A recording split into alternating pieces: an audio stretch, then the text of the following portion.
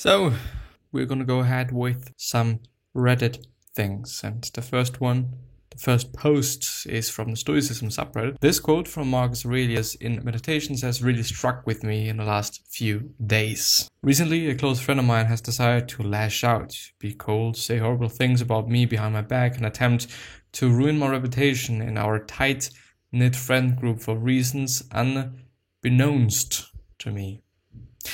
I have remained silent throughout the entire thing. Anytime someone brings her up or asks what happened, I only reply with I wish her the best and have nothing negative to say about her, or say nothing at all. It's amazing how much happier and at peace I feel lately to mind my own business and not get involved in any drama. A few years ago, before being introduced to Stoic philosophy, this would have gone much uglier. I quickly learned how much power is in utter silence, and the title, by the way, of this article or post is "The best revenge is to be unlike him who performed the injury."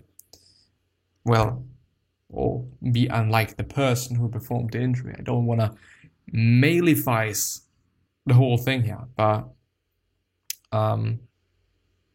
yeah, I mean, the thing is, one could say, wow, this is a classical female thing to do, one that is, well, one could say that. And I kind of, have a feeling, well, I don't have a feeling, but I kind of have seen it. I don't know why, but girls tend to be pretty shitty. I mean, it could also be the case that I've been surrounded by amazing people, male people for quite some time. Not having many female friends, to be honest. And I don't know, like maybe I've just been really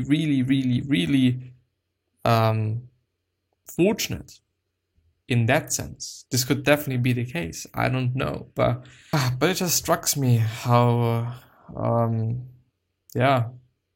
how fucked up sometimes they are.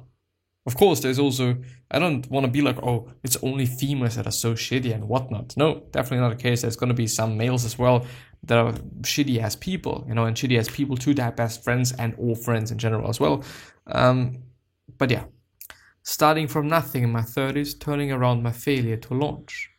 I'm 31 and have been living with my mom again for the last 3 years, trying to build my life up. I'm a total late bloomer and a classic failure to launch. This is what happens when you do all the wrong things early in life and don't get exposed to positive influences. Long story short, I partied too much in my 20s, didn't know what to do with my life for many years, stayed in a miserable dead-end job, was irresponsible with money, got diagnosed with ADD, got useless degrees and haven't been able to secure a proper career path since. I was going to start a business, but COVID hit right after I graduated and has stopped me in my tracks, which, might be an excuse, but I understand. So here I am, feeling like a loser, stuck in a low-income job after many attempts to climb the ladder. Well, it's difficult. I gotta have to say that. It really is. I'm now getting a headache. Well, by the way, no, I'm gonna talk about that afterwards. I mean, it is what it is, and I think it is an amazing thing that people decide to do something with their life at any point. It doesn't really matter what point it is, but the main thing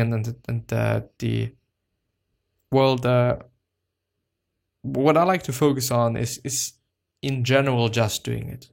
In general, taking the decision or making the decision that you do something. Okay, I'm gonna change something. Okay, I'm gonna do something. Okay, I'm gonna create something. I'm gonna be somebody different. And I think that's amazing. Like I actually don't want to emphasize the part of, okay, he or she is already 30. I mean, yeah, who gives a shit? Okay, you might have wasted your time, quote unquote. Which is probably also quite not the case. I mean, even if you've partied like 20 years or some shit, it's been experiences and it's been probably amazing to have. I mean, there's probably some things that you do not want to forget. Never ever. But on the other hand, of course, you know, it might be also a pretty fucked up thing because you've wasted time. But in the end, you just have enough time. I mean, it is what it is anyway. In the end, you know, you can't change things. You have to live with things as how they are, and yeah, that's it. Period. What I wanted to talk about is my puffy face. I have compared pictures of now and back in the days. Back in the days where I've been definitely not as heavy as I am right now. Like I've definitely gained weight, which is very interesting for me because I've always stayed pretty thin, no matter what I ate. You know, I've always had, well, not always, but you know, for 5 years now, I guess. Quite. I've been, well, yeah, actually quite. I've been having a very, very, very clean and healthy diet. And I've really been focusing on that. And I think I haven't eaten any chocolate since. I mean, I started eating some more calorie dense foods like oats and nuts and whatnot relatively recently, which I think that I'm also having to kind of lower. Like, I mean, I need some fats, but I'm kind of getting the fats that I need anyway from whatever. And I feel like it's not doing me any good. I mean, my face really changed. My body also changed, you know, which is something that I'm really happy about, that I've been able to gain some weight and especially actually quite some muscle, to be honest, which is something that I've been pretty happy to see, even though I do want to also say that it's not like I'm fucking huge right now.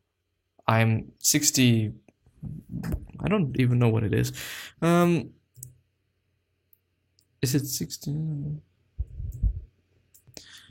I'm 150 pounds quite, which is 68 kilograms, which is, I'm 174 centimeters high. So it's actually not that much, but something that I've noticed is that I've really gained weight in my fucking face. I mean, back in the days, I've been like 140 pounds. 38 quite. So I've maybe gained 10 pounds over the course of the last actually few months. But the thing is, I first of all don't really know why. I mean, I came out of a quote unquote diet. I've really been looking at what I've been eating, and I've been able to really get into a lean and good shape, which I've been back in the days I've been really proud of, but at this point I'm also pretty proud of that I've been able to achieve that. It's been quite a lot of work. In terms of the work, I actually really put it in. It's really the case, up to the point where I maybe am actually doing too much. For that sake, like this could also be the case. But you know, back when I was 10 pounds lighter, or 5 kilograms lighter, I really ate quite a lot, which was impressive. I mean, in terms of my body, I really didn't look good. You know, I really didn't look good. You know, also coming from like not working out enough, not having enough of a stimulus, and so forth. But I've been eating quite a lot, and I've never had a problem with weight gain. And I've always, I've not been pretty lean. Like looking back, I've not been pretty lean, but yeah, it's just interesting to see that I'm gaining so much weight in my face, and I've been trying to figure out what the cause of that is. You know, I mean, I started cheat mealing, you know, which, you know, in the end really wasn't a good thing for me because of that I've gained all the weight, I believe. And yeah, and I mean, it's just not been that good for me, also from a psychological, but definitely also from a physical well-being perspective. On like, I really felt bad because I've been eating so much. And yeah, I don't really remember what I was eating like back in the days. I've been fasting for really quite some time, so this could also not be the case. The only thing that I quite changed is that I that I now eat dairy, but I've included that very, very recently, so this is definitely not a reason, but quite a lot of caffeine. I've started to drink really quite a lot of caffeine and just coffee, therefore. Maybe it's like really dehydrating me, which might lead to that. My diet is still healthy. I eat the same food, basically. I've actually been able to cut back because of the dairy on carbs, so this might actually be working against that. I've also added creatine through a pre-workout, so this might also be the case, and therefore also artificial sugars with this and the protein powder that I'm using. Well, these are quite actually the only two things that I could choose as a reason for my facial weight gain: artificial sugars and caffeine. There's actually nothing. Well, the total weight gain could also be the case. I mean, I still have gained 5 kilograms or 10 pounds or whatnot, but I don't necessarily think that, or I don't understand more or less why it's my face. Of course, my lower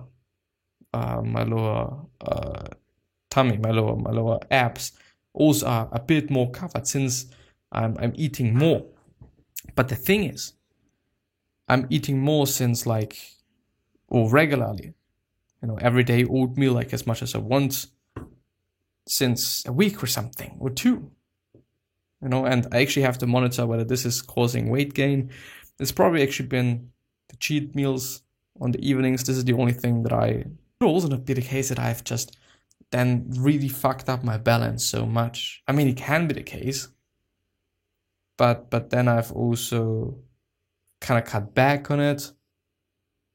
But it is then not that sustainable, or it is just really difficult then, to always be hungry. And I've had a week where I've kind of really been starving myself.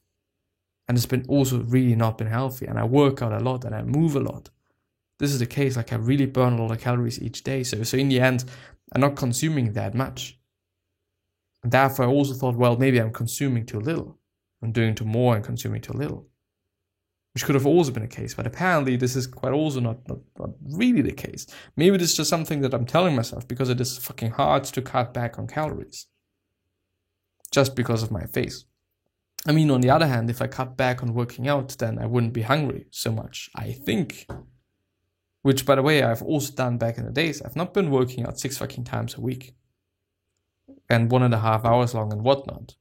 Which I've also changed, I'm not having upper body split anymore, but I'm having push-pull legs. For the sake of, okay, maybe I need a bit more regeneration. I don't know, there's so many variables to play into that. Of course, it could just be my calorie balance. This could definitely be the case. On the other hand, have I been on a healthy weight? This is something to really think about, but why the fuck do I need to gain all the weight in my fucking face? This is the complete different thing. And every time when I'm actually seeing some pictures, some old pictures, I feel like, wow, I fucked things up. So I don't know, maybe, the things that I'm definitely going to do now is cutting back on coffee and artificial sweeteners and also creatine, therefore. I'm going to see what this is going to do to me. I'm going to keep the calories very high, or just at least how they are right now. Because I have a feeling that this might not actually be the reason. But I'm gonna see. I mean, I really am gonna see what this is gonna change. Yeah, anyway. Well, I'm actually willing to talk about some things. I'm willing to go through more already things. It is very interesting. I mean, life is full of variables. And it is a fucked up place to be in. For me, at least. I mean, I don't want to have that. Looking at old pictures is like a pain in the ass. I mean, my physique at this point of time, I like it. I really do like it. I feel like I could be leaner, but yeah, then I wouldn't have the mass and I wouldn't have kind of the volume and whatnot. But why my fucking face? Why my face? Of course, maybe there is some genetic predisposition that just makes me gain weight relatively fast in my face. This could be the case. And I've had a pretty lean face. Just looking back, but But yeah, it is a fucked up thing. But I'm willing to end the episode there. Maybe I've been able to give you some inspiration on dieting and weight management and whatnot. But yeah, gonna end the episode there. So I wish you the best. Please stay safe and bye bye.